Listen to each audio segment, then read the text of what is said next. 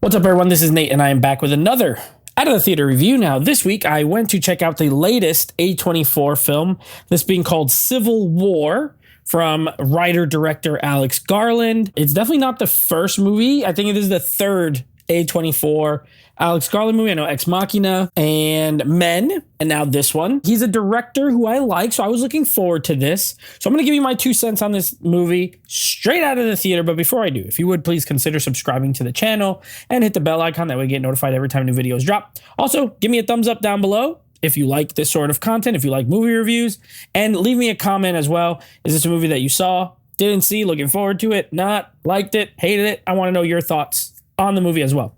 I am a fan of Alex Garland. As a writer, he's written some great movies, 28 Days Later, The Beach. I'm pretty sure he wrote The Beach as well. And Dread, the good Dread with Carl Urban. And then, of course, like I said, directing Ex Machina, Annihilation, a great movie as well. So I like this guy. I like him, and I was looking forward to it. I will say, this is not part of the review necessarily. I mean, it is part of the review, but it's not like points positive or negative. This definitely is one of the least A24 feeling. It feels a lot bigger than a lot of their other movies. Just as far as like there's like action scenes in it that are like really legitimately good. And I don't know, I almost forgot like I was watching an A24 movie at times. So that was kind of a treat just to see something a little bit more that seemed like a bigger studio might have put it out.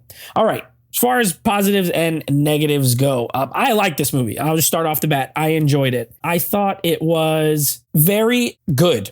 Now, the story, here's where like I could see some people maybe being frustrated with it in some ways because the movie's titled Civil War. Plot of the movie is not really about the Civil War itself.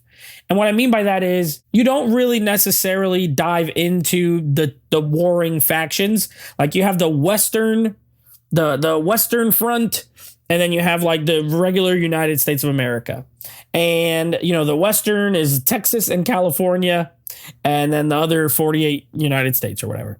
But they don't really necessarily dive into what happened. Why are they trying to secede? Why is there a civil war? This president, you know, they allude to certain things in conversation that make you think, you know, which side might be wrong or right, but they don't dive into it. And I actually appreciated that. I could see some people being like, well, I want to know who's the good guy and who's the bad guy. But this is not worried. It's not a movie that's really concerned with which side is right or wrong.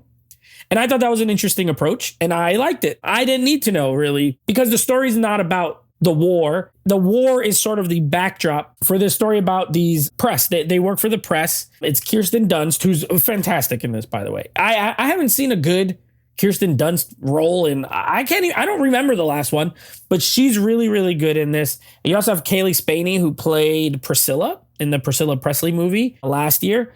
And she's good in this as well.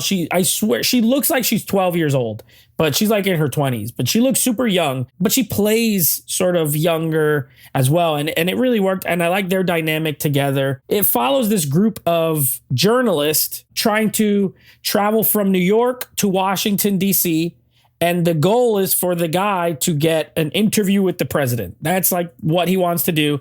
And they're like, it's impossible to do so. You can't get in. It's like a war zone, obviously. Like there's no way. But they're going to try anyway.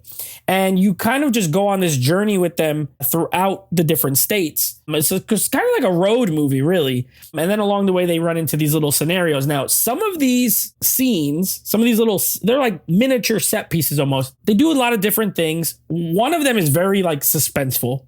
Very suspenseful. And it's in the trailer, the one with Jesse Plemons, that's his name. And he's married with Kirsten Dunst in real life. So that was cool to see them in a scene together. But that scene is very suspenseful, very tense.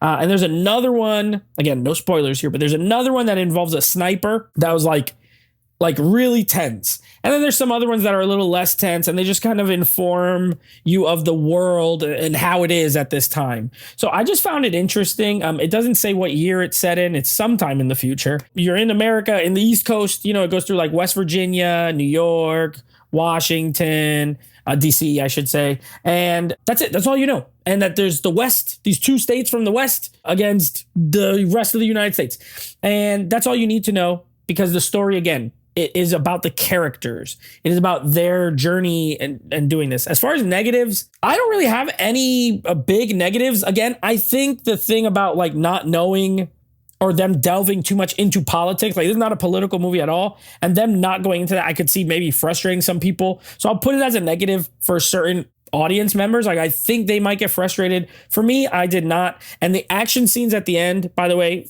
awesome. Like this is not action throughout. I thought it was going to be a little more action heavy. There's like little spurts, but at the end, the third act, there's a lot of action and it is so well done. Fantastic.